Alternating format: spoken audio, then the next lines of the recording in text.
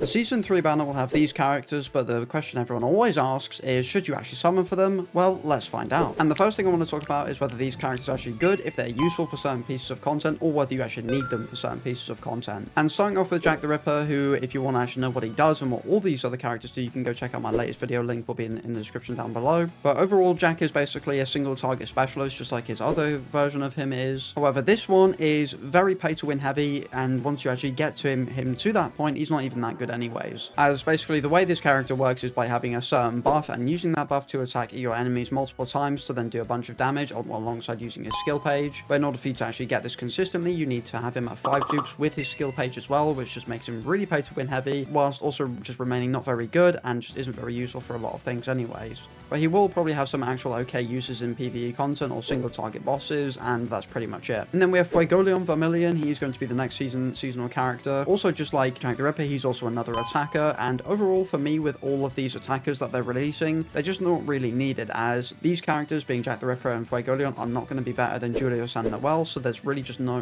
really need for them in Arena, as they will never be better than those characters just because of what they do in their kits and also their teams. And speaking of teams, for me personally, the way Fuegoleon works within a team is by utilizing burns to be able to do a bunch of damage with his ultimate. And unfortunately, him by himself just doesn't really necessarily apply enough of those burns, so he needs a specific team to be able to allow him to actually apply all of those burn debuffs, so then he can actually go ahead and do a bunch of damage, which makes him kind of annoying to use and somewhat very niche, and doesn't really have a lot of variety in terms of what teams he can be thrown into. But to be fair, in the following seasons after this season, we'll be getting a Charmy, who's also a burn support character, and then also Magna, who's also another burn support character, which will make Fuegoleon a little bit better when they come out, but still he will never be like meta or anything, which is just unfortunate. So overall for me, in terms of Fuegoleon, he is decent. He's actually pretty good because he can do a good amount of damage, but in terms of actual usefulness, he's not very useful, as you need a very specific team composition for him. And then because there's a bunch of other better red attackers in the game, it just really doesn't make him needed at all. And then finally, we have Charlotte. Charlotte is probably the best of the three, as Charlotte is a really great support, as she can give your whole team counter attacks. She can give the total defense buff, which allows all of your damage to be taken to be block damage, which is always really good as well. And she has a great unique passive as well when used with them on a blue team as well, which is always really good.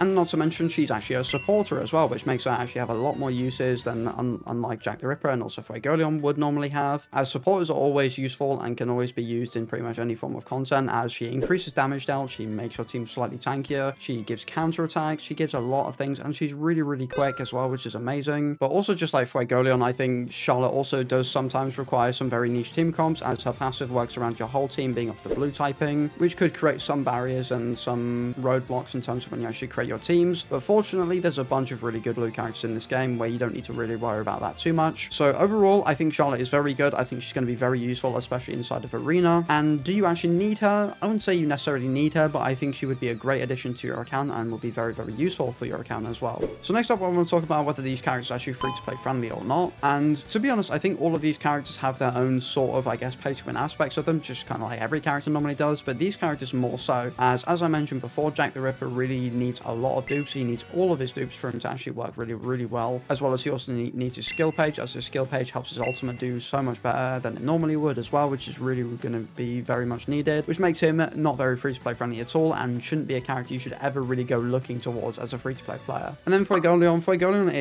is very relatively free-to-play friendly, as most of his damage will come from his special skill, which you can just do that very easily for free without having to do too much in terms of actual investment into him. But he does have a relatively sort of pay-to-win skill page, as it will allow you to, once you get to 5 dupes, you'll have a 100% chance to do a bunch of extra damage for every burn that your enemies will have, which will be very useful and will be the best skill page for you to have for any burn DPS in the game. So overall, Fuegoleon is overall probably very free-to-play friendly, but does definitely have some pay-to-win sides of him. And then we have Charlotte, who is in a similar boat to Fuegoleon, as she is very free-to-play friendly as a character as a whole, but does definitely have some pay-to-win sides, as her enhanced passive is actually going to be really useful at 2 dupes, but also is also even better at 5 dupes, as you can extend the duration of her counter attacks that she gives as well. And not to mention, she also gives herself special points whenever she takes damage as well, which is also really good. But apart from that, that's pretty much it. She's definitely probably the most free-to-play friendly one out of them all. And then finally, I wanted to talk about all the other characters that are going to be coming out after the Season 3 banner, and if those characters are actually any good or not. So the first character that we should be getting, at least, I could be wrong, and this could all be subject to change, but the first characters we should be getting are going to be the Despair Veto, like the Third Eye Veto, and Guldre as well, if that's how you say his name. And these two characters are like, they're whatever, they're nothing too amazing, nothing too exciting, as Veto is just a green defender,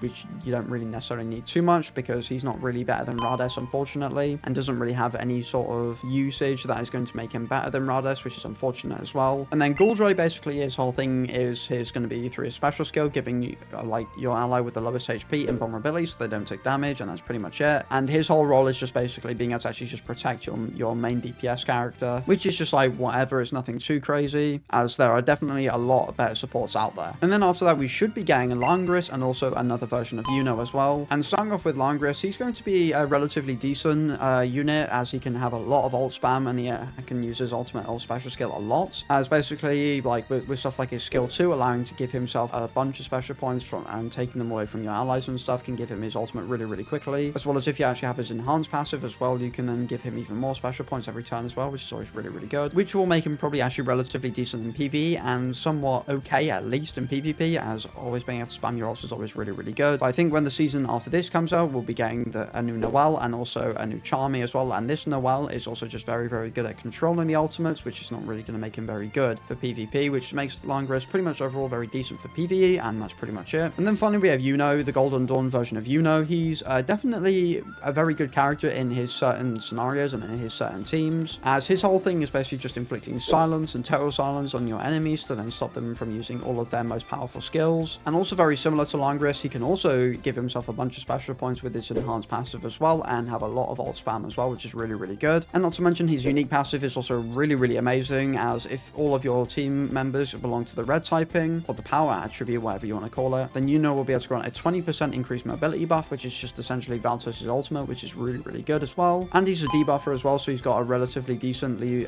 well-balanced set of stats as well, which is also really good, which you can never really go wrong with. So overall, in terms of all the characters that are releasing, Veto and Gouldray aren't necessarily amazing characters, and then Langris definitely can be very good, as he has a lot of ult spam, and is also very quick, so he has 109 speed for an attacker as well. And then Yuno can also be very good, especially inside of Arena when run with a mono red team as well, and can have a lot of hindrances to your enemy teams as well. So with all that in mind, should you actually summon for all of the Season 3 characters, of being Jack the Ripper, Charlotte, and Fuegoleon? And overall, I think you probably shouldn't summon for these characters, as especially because Jack the Ripper and also Fuegoleon aren't necessarily needed characters, then that means you can just go ahead and get your Charlotte for free from the Gateway of Reunion and just be on your merry way and just have a good time. And also because some of these characters, especially being Jack the Ripper, aren't necessarily very free-to-play friendly, and also he doesn't have like any longevity as well, should probably put you off from summoning for these characters. And although even though all of the characters coming out after these 3 characters will come out aren't like necessarily the best characters in the game or anything like too amazing, it should still be enough to basically to make you think, yeah, nah, I probably shouldn't summon on this banner because it's just not worth it. So there you have it. That is it for today's video. Don't forget to like and subscribe and leave a comment down below whether it helped you or not, and I will see you in the next video.